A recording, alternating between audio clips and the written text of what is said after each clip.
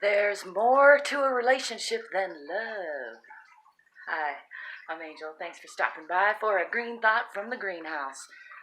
Love is awesome. It's one of my favorite things. And relationships are awesome. My favorite and least favorite things.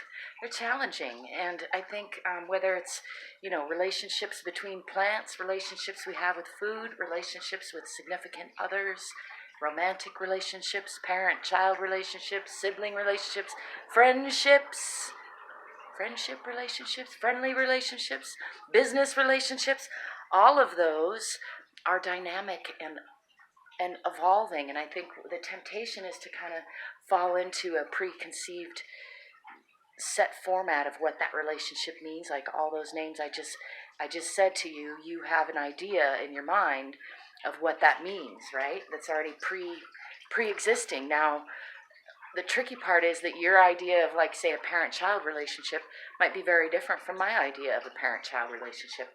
And that brings me to my main point, which is it's up to each of us to cultivate the kinds of relationships we want, to be the participating members of our relationships in the way we want. I think I have caught myself many times, and I see in others a lot of times, using other people's behavior as a reason for our behavior, like saying, well, he didn't call me back, so I guess I'm not calling him again.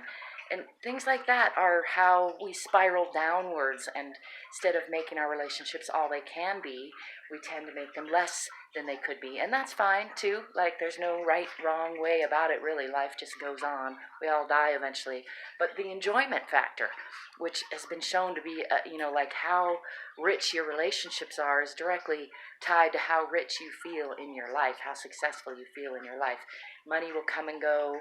Houses will be built and burn up, but your relationships, they will come and go also, but the quality of them is what, how you spend your time, who you're spending your time with, and in what state. That's what really adds up to your overall feeling of a good life or not so good life, I think. So I think it's really important to remember that we all have choices in our relationships, and to not just say, well, like, I love you, so that means we should have a relationship, but to think, like, what are my healthy boundaries? How do I express those to you? What are your healthy boundaries? How do I ask you to express those to me and really hear them and listen? How do we allow ourselves room to grow and evolve even after we get to know each other in a certain context of time and space? There's not one way. There's not just a pre-formatted thing. It's an evolution. I think it's beautiful and amazing and rich and sometimes very challenging.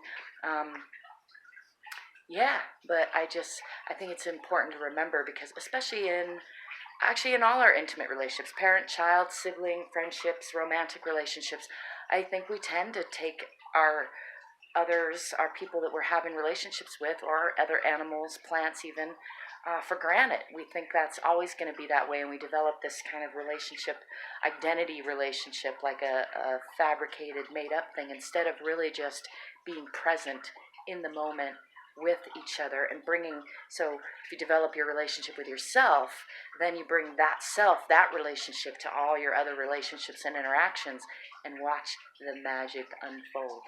That's what I think about that. I hope you are enjoying lots of magic, lots of unfolding in your life. I'd love to hear from you. If you want to put a comment in the comment section, I love your thumbs up if you want to give me that.